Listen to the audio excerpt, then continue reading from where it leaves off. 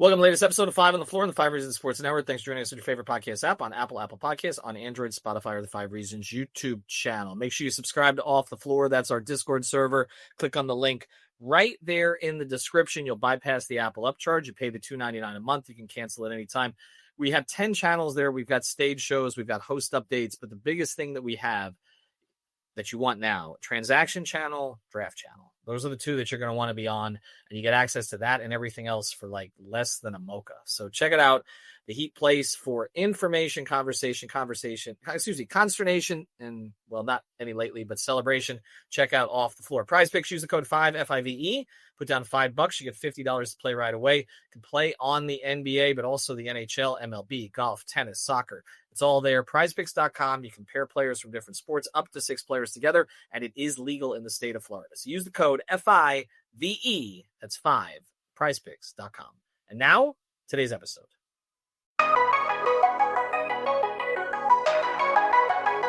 Mercy,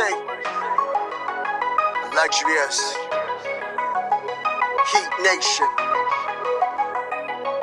yeah, Mercy and Lago, down to Biscayne, yeah, 5 on the floor, ride for my dogs, where here's the thing, you can check the score, hustle hard, couple scars, wearing bubble frogs, down to Biscayne.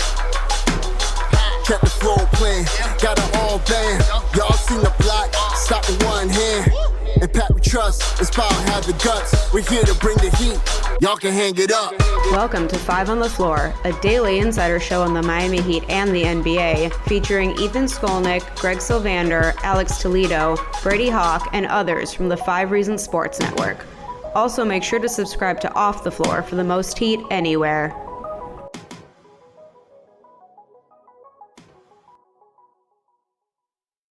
All right, welcome back to 5 on the Floor. Here's today's floor plan. I'm Ethan Skolnick. You can follow me at Ethan J. Skolnick at 5 Reasons Sports. I got Alex Toledo. You can follow him at Tropical Blanket. Check out all of our Miami Heat off-season series episodes. We will be doing these continuously.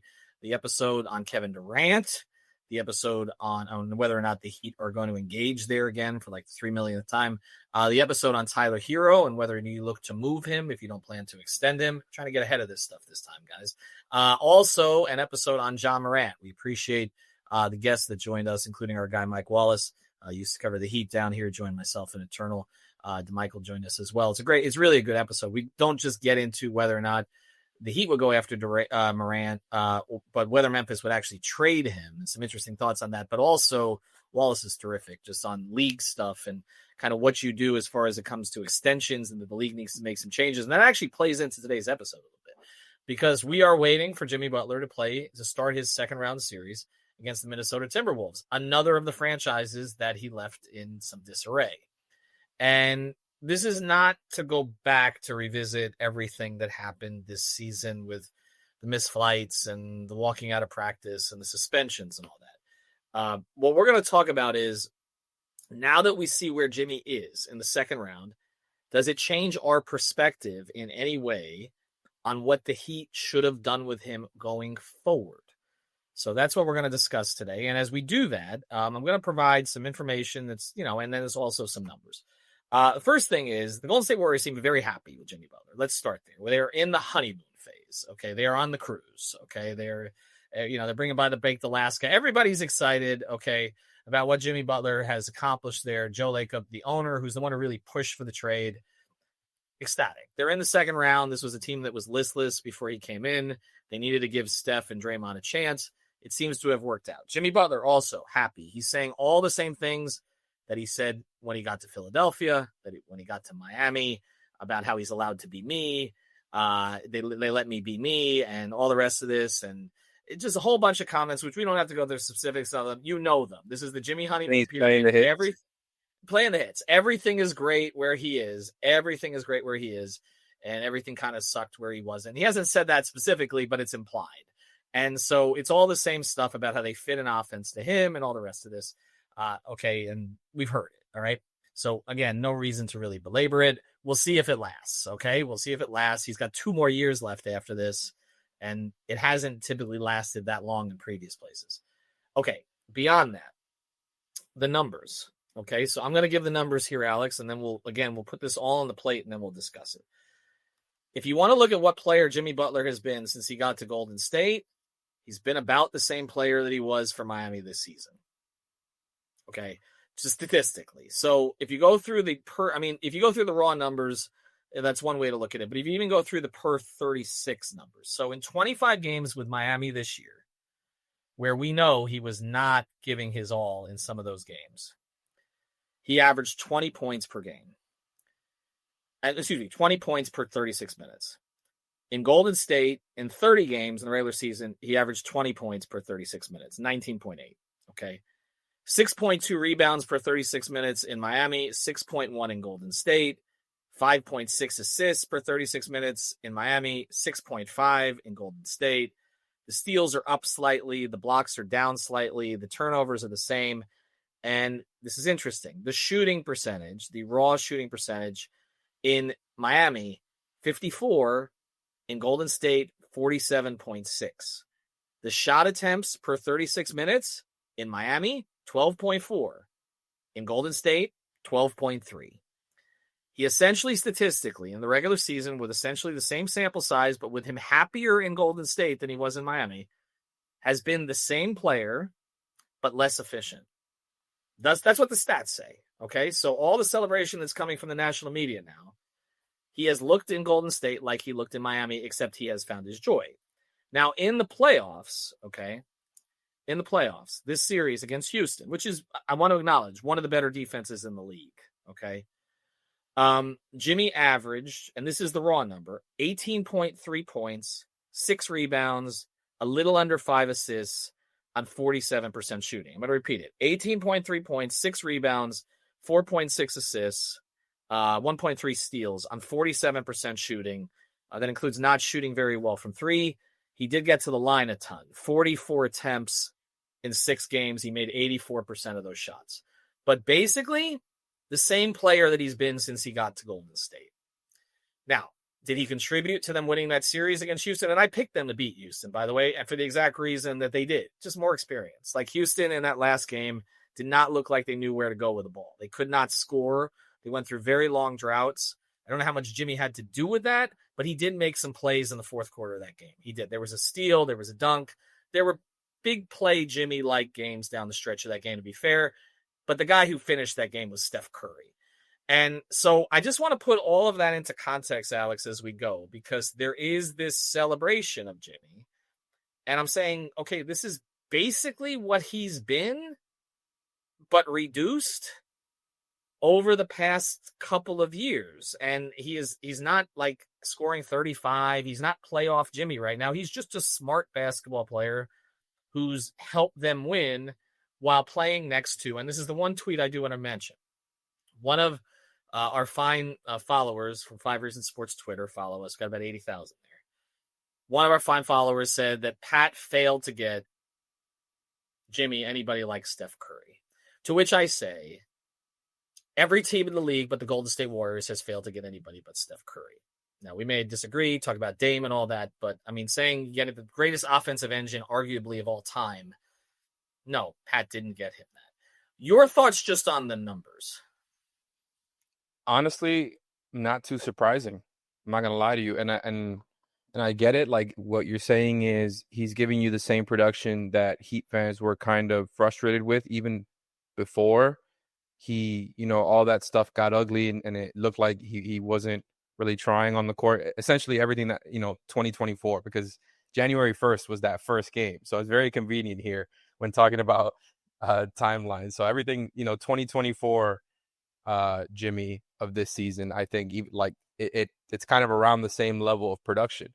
And I think it goes back to the question of like, well, that's why the Heat didn't want to pay him to be that number one guy. And that's why it's such a nice fit for the Warriors behind, a proven number one who, even though he's older, is still, very near the top of his game. Right. And 100% the Heat were not going to get Steph Curry ever. Right. Like that was not going to happen. But yeah, like I think to a certain extent, there's 100% validity to what the tweeter was talking about in the sense of like getting him a guy who could serve as the number one. And that's, of course, something that we talked about here for years. Like that's been one of the biggest themes throughout the entirety of 5 on the Floor. Right. Because it's been since the beginning of the Jimmy era. And so like it's not a new topic in that sense, but it's like he's a winning player. Now we know that like the all of us watching every game know that he probably was not at the level and it isn't at the level that he was pre Josh Hart sweeping the leg in 2023, right? Like I feel like there's been a little bit of a drop off since then, but even accounting for that, he's still very much a winning player who's proven that he can do his thing still in the playoffs and contributes to winning.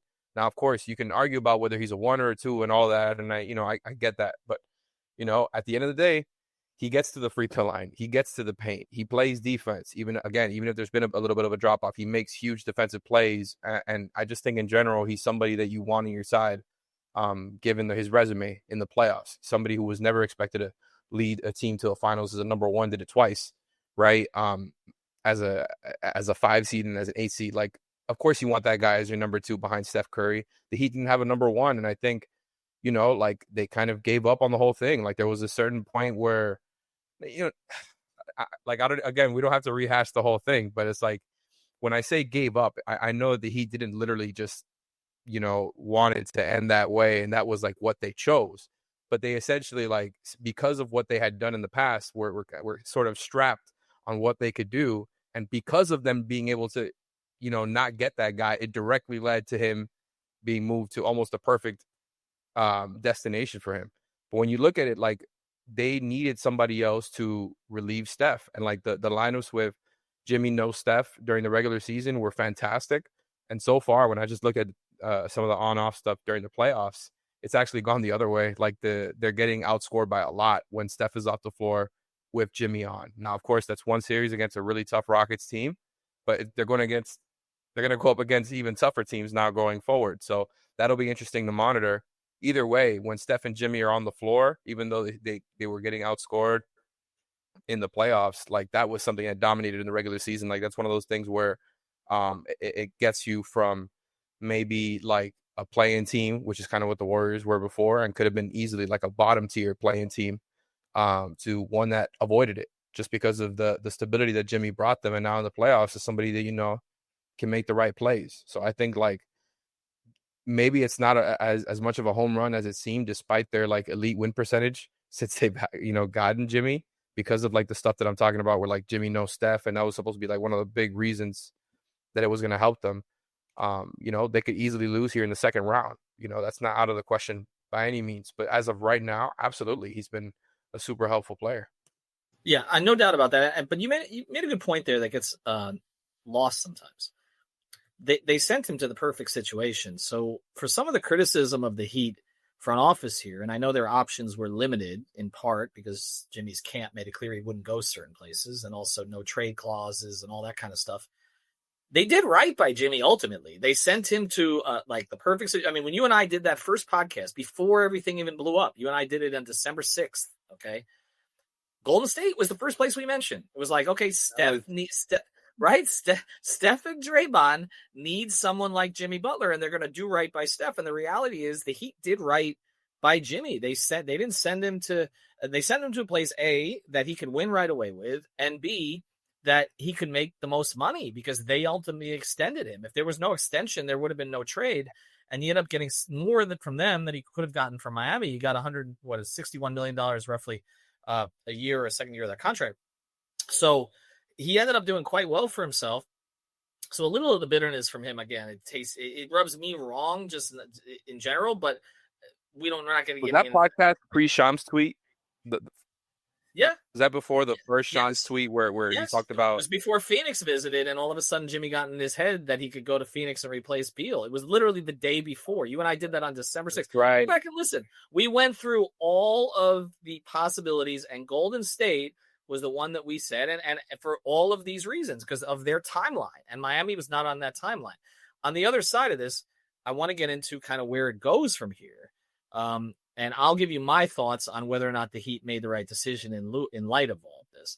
I do think the Minnesota series is interesting, not just because Jimmy has the bad history there, again, not the only place, but also because the way they're going to be guarded. I think Jaden McDaniels is probably going to guard Curry a lot of the time, which means Ant's going to be on is going to be on Jimmy. And that's going to be interesting to watch because of the histories together. But if you just look at it, it's a very interesting series, and it's a much tougher series for them than I think the Lakers would have been.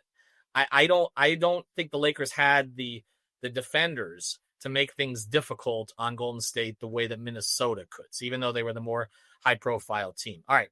On the other side of this, though, we'll get into kind of where this goes and sort of my thoughts on it. But first, a word from Cousins Moving.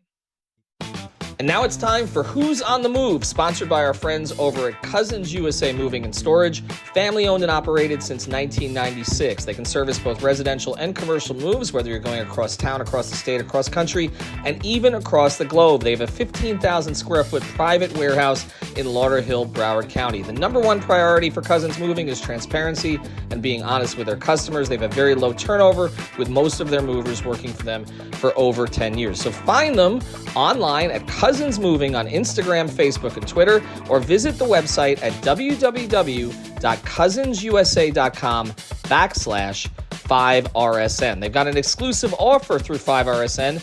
You get 5 free wardrobe boxes with your next move, so there's no need to pack your clothes away in suitcases. Just mention 5 reasons. And now, who's on the move?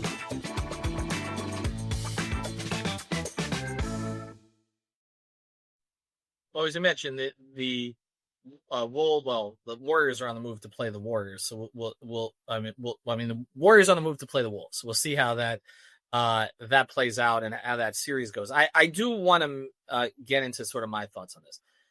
To me, okay, and we can go back through the history of whether they should have traded him or explored trading him and all this, but this everything that's happened since the trade has validated, in my view, the Heat's decision not to extend Jimmy.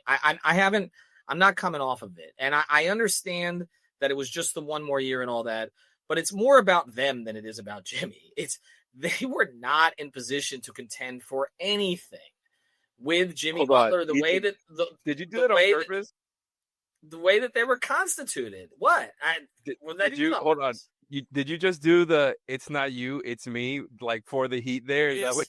Yes, exactly. I absolutely did that. I've heard that one before. It's not you, it's me. Look, it didn't make sense. Like this Heat, their infrastructure, their roster was not in contention to do anything with this Jimmy Butler, which is no fault of Jimmy Butler's, okay? Because he's 35 years old and he is essentially a number 2 guy now. That's what he is. That's what the numbers suggest. Like, he needs an elite number 1 to play with him. He cannot take over games consistently the way that he did, even within games for long periods of time, let alone game after game after game like he did before. The Josh Hart injury, to me, was the end of that.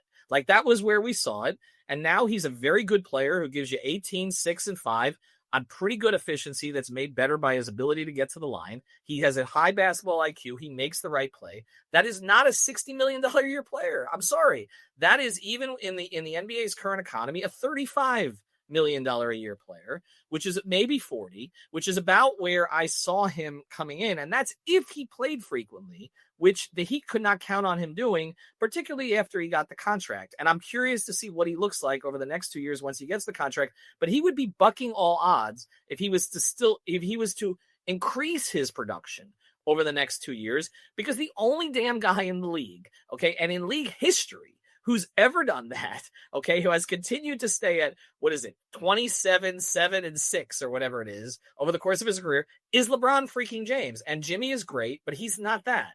And so when you take a look at what the Heat decided with Jimmy, I think they were right. I'm not saying they handled it right the whole way and then Jimmy handled it worse, but like, this organization wasn't going to win anything with Jimmy in this context unless they got a Steph, which would have been a Dame. When they didn't get Dame, and so many other circumstances played into that, to me, that was it.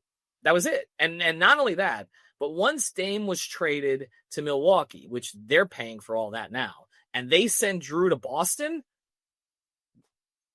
Everything went downhill from there. Like, and the Heat knew that. The day that Drew was, Cronin did them worse by trading Drew to Boston than he did by not engaging with them on Dame. Because once he said the calls and the texts I got that day, okay, I remember I was watching the Dolphin game at a watch party, and I'm like, wait, Drew's going to Boston? Okay, that's it. It's over. It's done. This era is over. That's what it was. That completed that completed it for Boston. And again, Milwaukee didn't pan out. They shouldn't have got involved in grown man business there. Like, that wasn't their thing. Okay, they did it. They tried it. Didn't work. Now, of course, Dame has dealt with blood clots. Now the Achilles. But that was it. So that's where I come down on it, that looking back at it, I think the Heat did the right thing, but once they didn't give him what he needed to get over the top, which is where I agree with you. Would you have paid, looking back, would you have paid Jimmy Butler what the Warriors are paying Jimmy Butler now, or going to pay Jimmy Butler? With I'm going to add a qualifier here a little bit, which I know nobody wants to hear, but honestly, like, we can't just like subtract things out of existence that we know to be true. The Heat very much still consider themselves in their contention window. We're looking at themselves as a team that was not an obvious core contender, but as in years past, like, their whole philosophy is we can compete with anybody, which is something that has proven to be true in the sense, like, that they got over the hump and got to the finals twice. For as much as everybody, of course, like, winning championships is the goal, getting there twice is not something teams just do. And they did it with a team that was completely there's so many, like, okay, this is the same issue that went down in 2016 with Dwayne, which are obvious differences, right? I'm not trying to put them on the same level, like, all of that being accounted for. It's like the contract, there's differences in the way that they look at it. We're like, here, like, it's all about, what you're going to do for us going forward in very technical, like, in this time frame that we're paying you for, and not accounting for what's already been done, right? Which is kind of a similar parallel that we saw with the Dwayne stuff, where it's like, yeah, I expect there to be, especially with all the, like, the pay cuts that he had, taken already in the past, like, there was some sort of, like, expectation that the stuff in the past that I've done for you above what you expected was going to be accounted for here. And I feel like there's some similarities there. And then you talk about, like, the whole Dame situation and getting him another guy who can be the number one. Yeah, for sure. In hindsight, knowing what we know, Dame and Holiday, like, that was, everything went downhill after that. They very much were still considering themselves to be contenders. I mean, traded a first and the $30 million expiring for Terry didn't work out, but that was something that they did in order to advance, to advance their contention window to Agreed.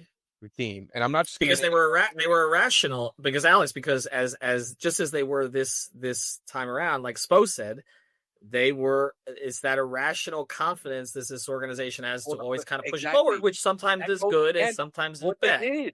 That goes against how they handle Jimmy, because if they really consider themselves contenders, we know what contenders do is they lock up their stars, especially when it's a guy who has set the other team on fire. But Alex, you don't pay right after the fact. But you can't pay them for what they did, because then you end up in a Kobe situation with the Lakers. Well, I agree, but he feel good at he is much better than Dwayne was in 2016. He was much better than Kobe was at that time when he signed that contract. But that's not even the only thing I was going to say is, imagine this. Let's go into a little parallel here. This is a good what if that I haven't seen brought up that just came to my mind as we were talking. Let's say they re-signed Jimmy for that extension he wanted, right? The original one, not the bluff one that they were going to supposedly offer after the season, which is going to be more years and more money, like everything he ever wanted. Like that, we know was not going to come. They were always going to try to sign him to below the max, even if it was going to be the summer after all. Like, let's say they did last season, hit the one that he wanted, right? Kevin Durant becomes somewhat available at the trade deadline and is willing to play for the Miami Heat. Right. No, you could. I understand. There's a butterfly effect to all of this. I understand. This happened like in that same time. No, it wasn't expected. I get it, but you didn't see that coming. But you don't know that literally happened. You don't know. They had an opportunity at KD. I know. Well, they have an opportunity. Could have had Jimmy, KD, and Pam. Well, perhaps. Right, but perhaps. And if Joe Cronin had answered the phone, they might have had an opportunity at Dame. And if they had more picks or they made a move, Bam, then they could have had Donovan Mitchell. But I'm just saying, like. But another guy could have come up, just in general, like they gave up on the idea of like going all in for this build. They tried to hedge, right? That's why they didn't pay Jimmy. That's why they, like they didn't go all in and make another like all out move for a star. Like they just said, okay, like if he stays, he stays. But man, like that's not what contenders do. You know, No. they hedged instead of going all in. And you know what? But Look, I think, Alex, the biggest risk. the single biggest thing they misjudged. Okay, and we'll close it here because I've got Uber Eats at the door. And I don't want to pause it. The single biggest thing that they misjudged, okay, was that they could handle Jimmy. That's the single biggest thing that they misjudged, because he is not nobody. It doesn't matter what your organizational structure is or what your culture is. You cannot handle that guy when he doesn't want to be there. You can't. That was not. They bet too much on their own structure and their own culture to be able to hold that in place. And again, they didn't have the offers that people think they did in the offseason. But that's, to me, where I agree with you the most, okay, and we'll get into this more, and we'll see how Jimmy does in this series. Where I agree with you the most, okay, is that you can't go halfway on this thing. You're either building or you're backing off. The thing about being in the middle, I don't think works. And as I've said repeatedly, Jimmy pushed them in a direction, okay, now we'll see if they try to shortcut the direction and go get a KD and all that, but I think they'll do it on their terms, okay, if they're going to do it. But you have to choose a direction. These teams that sit in the middle, you end up in the play-in or the back end of the play-in with a net rating of 0, and then ultimately you play a better team and you lose by 92 points in 2 games. So that's where it's at. I know we got more to get to. I got to get to my sushi. Alex, we appreciate it. Tropical Blanket, follow up there. Also our sponsors, cousinsusa.com/5RSN. I'll do a podcast with Brady on Davion Mitchell. We're going to do some stuff on the guys who are actually on the roster. We can do this debate again when Jimmy's in the finals. Have a good one. Thank you for listening to the 5 on the Floor on the 5 Reasons Sports Network. After all, someone needs to listen to my dad.